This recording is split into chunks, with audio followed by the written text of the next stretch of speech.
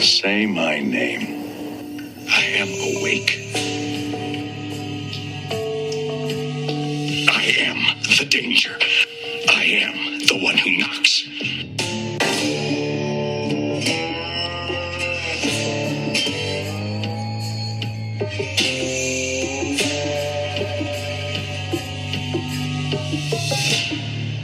Welcome to the next episode of Breaking into Breaking Bad with Clifford and Caleb Humphrey. Today we discuss Season 3, Episode 8, I See You. I'll give a quick recap of what happens in this episode for those of you who have not seen it in a while. This is the episode that takes place largely, almost the whole thing, in the hospital, where Jesse is... not Jesse, where Hank is recovering this time. Jesse's just left the hospital and he's still recovering from his wounds, but nothing like this situation that Hank is in after he was ambushed by the Salamanca brothers. And everybody's there. I mean, the whole family is there. Skyler and Walter Jr. and, of course, Marie. And then all of Hank's guys from the DEA are there. And also in the hospital, on the edge of life, is the Salamanca brother who was, I guess he was decapitated. He had his legs cut off, basically, when Hank backed the SUV up behind him and cut his legs off. So he's in there. And at the end of the episode, he dies mysteriously. We're not exactly sure. No, we know why. We know exactly why. But we'll get to that. Also, what happens in this episode is Gale is fired, the lab assistant that Walt had, and is replaced with Jesse. And Jesse expects to start cooking again with him, except it's at that moment that as soon as they get started, that Walt learns about Hank and has to leave. So the whole episode, Jesse is just hanging out in the lab with nothing to do. And there's a lot of comic elements where he's playing with things in the lab, and it's just highlighting how ridiculous of a decision it was to replace Gale with him. So that's what happens in the episode. The episode is called I See You. Cabes, tell us, why on earth did they label it this? If I had to guess, it probably has to do with the realization that Walt finds out when he lies to Gus on why he is not able to get the meth made in time. And Gus shows up at the hospital and lets him know that he knows the entire time what's going on and that he knew about his brother-in-law. I could be wrong on this one, but to me, it might have been more of like a realization of, I see what's going on. But I could be missing something here. I don't know. That's really interesting. So I thought of something completely different. Right. But I think both of these could be right. So I'm thinking of the really creepy scene where the one brother is in the hospital bed and Walt is taken up to see him, and the guy looks at him, rips all his IVs and everything off of him, falls on the ground, and his little nubs of knees are bleeding, and he's crawling after Walt, just staring at him. And I see you. Yeah. No, right. I could see that. Yeah. Right. You see that. Yeah. Right. So, but I think both of those could be right. And so, but man, that was a creepy scene. Hey. Yeah. Oh, it just gets under your skin a little bit. Mm-hmm. Well, before we get too far into it, let's start with the introduction. So the intro is Jesse leaving the hospital and getting wheeled out with his wheelchair, and he's just kind of cranky and all that. And then the ambulance pulls up with Hank, and somehow Jesse's able to know that's Hank, and he's ecstatically happy. And when Skinny Pete pulls in to pick him up, he says, "Oh man, you look like you've had a rough time. Things must be pretty bad," or something. And Jesse's like, "Nope, things are great." and he's just reveling in the fact that that Hank was shot, and I don't know, he doesn't know how bad, but he probably assumes pretty bad. And one of the questions we left hanging last time was, why was Jesse so obsessed with the thought of suing Hank? And, one thought was, okay, was it because he knows now I'm going to get a lot of money? Or was there an element of resentment and a desire for revenge? And I think this introduction to this new episode kind of answers that question pretty definitively. He doesn't gain anything by Hank's getting shot, materially at least, but he feels a kind of karma has happened, a kind of justice. Yeah, he took it personally when Hank beat him up. It just showed just such a level of disrespect where Jesse is just trying to earn as much respect as possible because he's always been thought of as, the assistant at the highest level, right? So for him to see this kind of quote unquote justice carried out was enough for him to finally be happy with it. So yeah, you could tell he just wanted some revenge on that. Yeah. So no pity whatsoever toward Hank. Right. And that's the introduction. That's the whole introduction. Then the first scene of the actual episode is also hilarious, where Walt is trying to explain to Gale why he's firing him. And no one is buying it. I mean, I'm not buying it. Gale's certainly not buying it. And Walt wasn't even buying it. Walt wasn't even buying it. Well, you see, they have different rhythms, Yeah. I mean, Gale's trying to, he has a lot of respect for Walt on one hand. And now he's like, wait a minute, a guy I respect for his intellect can't be coming up with this lame of a explanation. What was the comparison? He says, I'm more classical and you are jazz or something like that, I think he said. Okay, well, does he say I'm classical? Maybe, yeah, okay, so maybe he says something like that. Like, I need someone who can be classical on my rhythm, with me, who can. And then Jesse walks in. Oh, yeah, that was the worst part. Oh, man. I mean, there are a lot of words, a lot of adjectives you could think of to describe Jesse, but classical, it's not really one of them. And no, not at all. And so of course they didn't have to time it like that. He could have fired Gale and then Jesse came in, but they did it just like this on purpose to show that contrast. And I think we're meant to see, like, this is a really stupid idea. This is a stupid choice, Walt. It is not the old Walt that we saw before, the guy who's tallying up the pros and the cons and weighing things rationally and thinking, okay, well, Gale has these, pros and these cons, but Jesse's got these pros and these, and we're just going to compare them. No. This is like Gale wins every time when you do it like that, when you try and approach it rationally. And so it's proof that Walt doesn't even himself follow the rules that he thinks he's following. Right. It's clear nepotism, I'm going to call it, which is to say he's showing favoritism toward his own family. And like we talked about last time, over and over again, or I should say increasingly, Walt is acting like Jesse is his adopted son.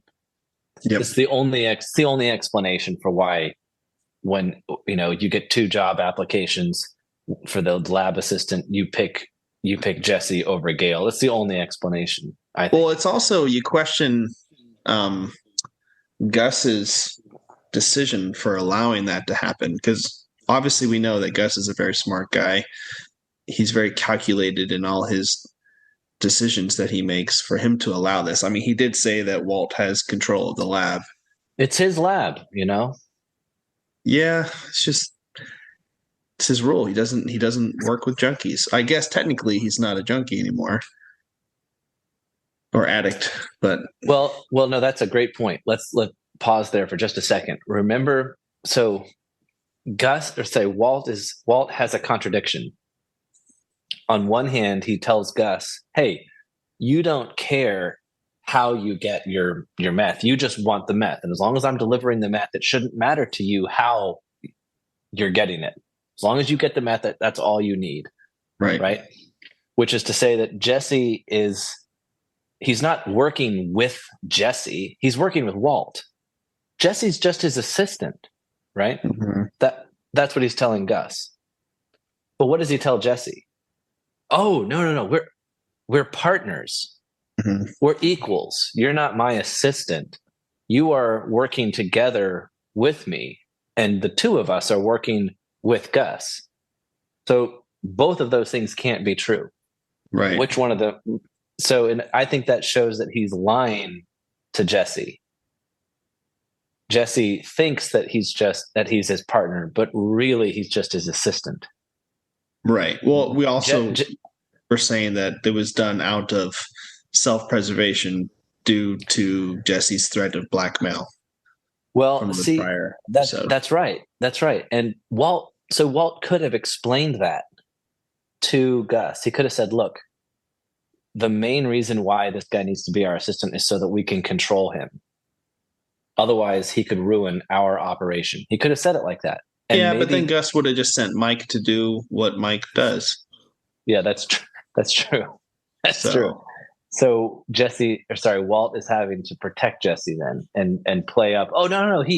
We have a shorthand. He's a great, we work really well together. He's, fantastic. And just trust me. But anyway, we can move on, but I'm just pointing out that it's not like Jesse is going to feel free to call up Gus and, deal with him. Like, that's not going to happen. He's going to believe that he's a partner, but we all know he's just an assistant.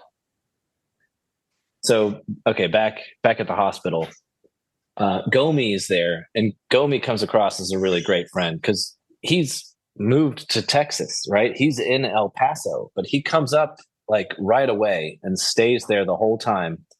And he's giving blood. He's staying at the hospital. He's wishing, death threats upon the Salamanca brother who killed him is still alive. Gomi is there, and he calls Walt family. He says, he's family. Which the theme here in this episode might be kind of we see a conflating of friendship and family, right? We see that between Jesse and Walt, and we see it here also now between Hank and the DEA agents. And remember, Hank was treating his own family, Marie, not like real family, right? He'd been blowing her off and he wasn't involved and all that. Meanwhile, he does have a family kind of relationship with the DEA guys now. So just I will say that with Gomi, it seems like Gomi was a really good friend to Hank in the sense that he was able to overlook many comments and from Hank that he said to him directly that were off-putting, right? And he kind of was still able to put that aside to be there for him. So Gomi's a good guy. Okay, well, Walt is feeling guilty for Hank's ambush, and he's starting to put it together when he's talking with Jesse. He's like, wait a minute, remember when Tuco was saying he has these cousins that he was gonna that were gonna come? He's like, maybe these are them, and they're so Walt is starting to think, like, connecting dots and all that, but he's concluding that, wow, the fact that they went after Hank then might be my fault. And last episode we asked the question, was Walt to blame for Jesse getting beat up by Hank? And it's complicated because Jesse was the one who led Hank to them when they were in the RV, and then Walt kind of had to make the call to Saul, who called off Hank in order to prevent them from getting arrested. And it was a complicated thing. There's no clear answer. Like, was Walt really to blame for Jesse getting beat up? Well, okay, so likewise, we're asking the question here: is Walt really to blame for Hank getting ambushed by these two Salamanca brothers? Well, we know that the conversation that Gus had with them was telling him, "Hey, you're not going to go after Walt, but you can go after this guy, and may his death satisfy you," or something like that. Mm-hmm. So we know from that point of view, but from Walt's point of view, I think it's really hard for him to not. Maybe it's a little bit of narcissism in himself, but I think he almost feels like he's a part of everything that has gone bad. The plane crash, the Jane dying, everything has kind of had some involvement in Walt, and it was definitely I mean, it was enough for him to not leave the hospital, and Jesse kept calling him like, "Hey, yo, we have a quota to meet. Where are you? What does he say? Right. Tell your brother to look towards the light," or something like that. Yeah. Oh man. Yeah. Right. Yeah. Yeah. Yeah. Okay. Well, sorry. There's a lot to say to all of that.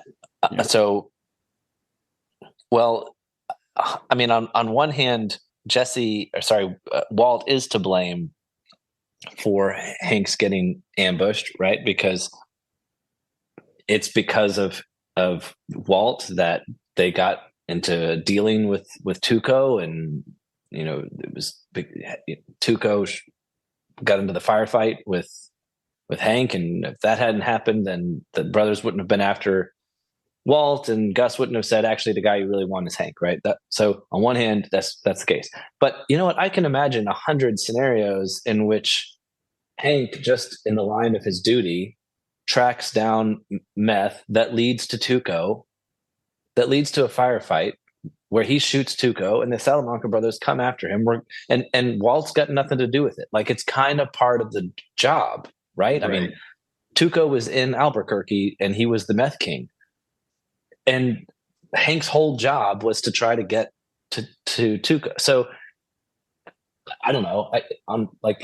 I want to say, like, this is just part of the job that he's in. And yeah, it had to do with Walt this time, but it could have easily not been Walt's part. So anyway, just pointing out, it's another complicated, we can't really answer it, but Walt has reason to feel guilty and to wonder, oh my gosh, am I to blame for this? But your point is well taken about how what happens when he thinks about his part in the plane crash. What does he do? Remember the scene in the gymnasium at school? Well, there were a lot worse plane crashes. I mean, this one's not that bad if you think about it. I mean, he justifies it. And he also gives a speech when Marie starts pointing the blame to everyone. Where were you, Gomi? Why did you take his gun? And then Walt starts telling a story about, I can't remember what the story is now. He ended it on a good note. But do you remember the story when they were sitting in the lobby? Gosh, no, I can't remember it. Well, she starts to go a little bit crazy, and right. and she brings up the question, was he disarmed, right? Legitimately, when he was made to hand over his gun, was that, did his boss, was he to blame, right? Did he take away Walt's or Hank's gun mistakenly, unjustly? And I gotta say, no, I don't think so. And you know what? Neither Hank agrees, right? Hank, when he gives his testimony, he said, and his lawyer's like, "Are you sure this is what you want to go with?" And he's like, "Yep, this is it. This is what happened." And Hank says, "I'm ready to accept the consequences." And he knows, okay, the very first consequence is I'm going to have to hand over my badge. Like, he just knows that's going to happen. I'm going to get suspended. So I think I think Hank would have said to Marie, no, my boss isn't to blame for taking my gun. I'm to blame for acting toward Jesse the way I did. And the just consequence was for me to lose my badge and my gun. That was all just. But then Marie shifts to Walt, and she starts blaming Walt for his getting involved with Jesse and the fake marijuana, right, which we know actually wasn't true. But then Skylar jumps in and says, "Don't blame Walt. It's not his fault." Yeah, how about that? And we're all thinking, it kind of is, like, maybe not 100%, but it also, it's more his fault than anybody else realizes. Yeah. Well, and that's that story that he starts going in to Marie about how it was I remember now, it was about his experience when he was in that same hospital. And he kept on Right. he was saying about how, like, oh, I felt like I was gonna die, and it was not a good speech whatsoever until the very end when he says, I survived this place and I'm not half the man that your husband is. So he actually did end with some good advice, but he was struggling there for a while because Skylar's just looking at him like, stop talking. What are you saying? Like, stop talking. Yeah. That sounds Yeah. awful. That's where he says, we were on our way to the hospital and we got all green lights. The one time in my life when we get all green lights, it's so, it's on the way to the hospital to get, to have this really horrific surgery. Mm-hmm. And it's kind of emotional, but it's sort of self-absorbed. It's like all about Walt, and that's the kind of off-putting thing. So you're right. It's not till the end when Walt then shifts to, it not being all about him, but pushing back toward Hank and Marie. Yeah. Okay. Another little thing that happens in this episode that I think is telling is when Jesse calls the hospital, and over the loudspeaker at the hospital, we get, Walter White, call for Walter White, and it's Jesse. But what's hilarious is when he's on the phone and Skylar walks up and he pretends it's somebody else. And he's like, you'll never guess who that was. And she looks like, what does her look say when she looks at him? Like, I know exactly what you're doing. Why do you still try to lie to me? It's so easy. Yeah. And I right. think he believes it too. He's like, oh, darn it. Like, I really can't keep doing this because she knows. Yeah. Yeah. I'm really curious though. I mean, who was he about to say? Call. Yeah. Yeah. Who was that? Right. I wonder who he had in mind. I'm thinking his mother. Who could it be? Pastor? Yeah, I don't know. Probably not Elliot or Gretchen. I'm just thinking. I can't overdo them. Yeah, right. But pointing out, Skylar is so not buying anything anymore, and so Walt's not really able to lie. It just doesn't work at all. One other thing I think was important to note about this episode is that Walt is really controlled by his guilt, right? He feels really bad and he tries to make up for it. So that phone call is an example, right? When he's talking to Jesse, he feels guilty for talking to Jesse. And so he tries to come up with a story and he really hopes Skylar's going to buy it. Of course she doesn't, right? But he's so controlled by the guilt he feels. Whereas, and this is a point that Paul Cantor makes in his article, The Macbeth of Meth, that he compares Walt to a gangster like Scarface, a mobster. Scarface, he doesn't care about what other people might think, right? He just doesn't care. He enjoys his wealth and he does his crimes and he doesn't care about being found out for them or trying to hide them or anything like that. If Scarface is on the phone with one of his mobsters and his wife comes up, he's not going to be like, oh, honey, you won't believe who just called. Right.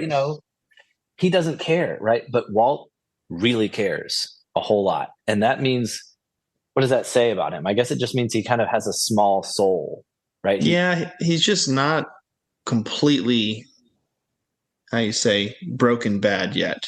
He's still in the process of it. He just hasn't done a full. That's right. Yeah, that's right. So Aristotle has this interesting spectrum of in his ethics between a really virtuous person on one hand and a really vicious person on the other hand. So that's the scale. But in the middle, these are these two other parts where he says is the continent man and the incontinent man, right? Continence is like your ability to control yourself.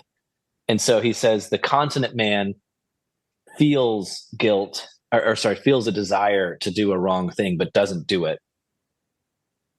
And the incontinent man feels the desire to do the good thing, but he does the bad thing anyway. He's controlled by that. And so if we think about like, where's Walt on this scale, he's not completely vicious, right? He's not completely bad. Like you said, he hasn't broken bad all the way, because a vicious person does bad and enjoys doing bad. Like he that's Scarface, right? He loves doing the bad thing, whereas the virtuous person does the good thing always and wants to do the good thing and enjoys the good thing. Where's Walt? Well, Walt seems to be somewhere between the continent and the incontinent man, because sometimes he does do the right thing and sometimes he doesn't, but he's super controlled by his desire to appear that he's good. Right. You've seen the beginning of the right thing. show. He starts very close to the good side, and then has slowly creeped closer and closer and closer to the other side. Yeah, right. So we'll just have to sort of check in every now and then, like, where is Walt on the scale of virtue and vice? So that's kind of where he is right now. So Jesse being bored in the lab was pretty fun to watch. Yeah, the music was just right. The lab coat or suit that he put on and filled it with air. Yeah, right. Yeah, he feels confident, like he knows what to do in the lab. And I think that's probably what he's saying is like, yeah, there's got to be a manual somewhere. Yeah, it's just like I don't think that's how it works. Yeah, no, I don't think so either. Another thing that was revealed in this episode is the dynamic between Walt and Walter Jr. When they're left in the waiting room and Skylar and Marie go to freshen up in the bathroom or something like that, there's this super awkward interaction between Walt and Walter Jr. where Walt puts his arm around Walter Jr. and starts to massage his shoulder and is like, yeah, father, son, man, we're going to, and Walter Jr. is pretty clear. He's like, I got this, he has Walt go and get the book. And what book does he get? He gets the book that Hank recommended for him. And we're reminded of the few times in the show when Hank has been a sort of father figure for Walter Jr. And here seems to be another instance of that, where Walt is trying to build a relationship with Walter Jr. And the whole time, Walter Jr. is just thinking about Hank and how impressive Hank is. And he's showed me this book and I read it and it's really good. And I just want to be just like Hank, Right. Well, so when you're that age, also a DEA agent compared to a chemistry teacher. Well, that's true. That's true. Yeah.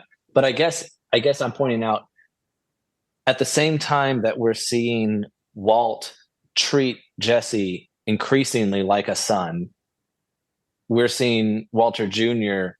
treat Hank increasingly like a father.